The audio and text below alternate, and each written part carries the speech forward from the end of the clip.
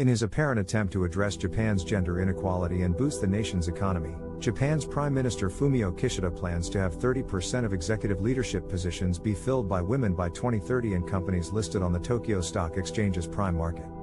The goal is being considered ahead of the G7 Leaders Summit in Hiroshima next month, which has prompted criticism on Japan's current lack of women in important leadership roles in the private and public sectors.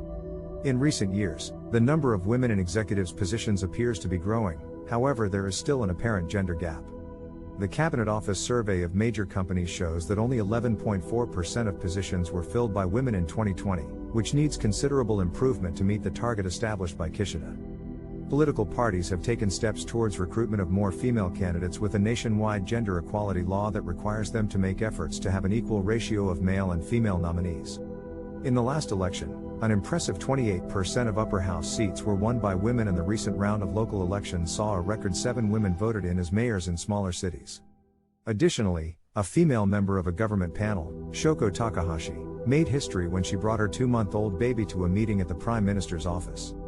The progress made in Japan's political landscape is somewhat disappointing compared to the country's corporate sector, which still falls behind other comparable countries. The World Economic Forum's Global Gender Gap Report for 2022 ranked Japan 116th out of 146 countries due to the differences in pay and lack of permanent positions for women, who often make up the majority of part-time and low-pay workers. Additionally, the 2003 target set by former Prime Minister Junichiro Koizumi to have female executive representation by 2020 fell short of the goal. The pressure has been increasing on Japan to address their gender inequality before the upcoming G7 Leaders Summit.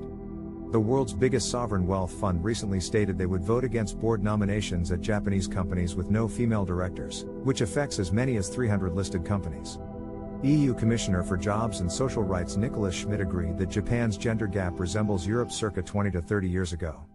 Although the road to true gender equality in Japan looks to be a long one, it is encouraging to witness the steps being taken to make a real difference in the lives of women. With the support of nations, organizations, and the public, Japan's goal of having 30% of executive leadership positions be filled by women by the end of the decade is within reach.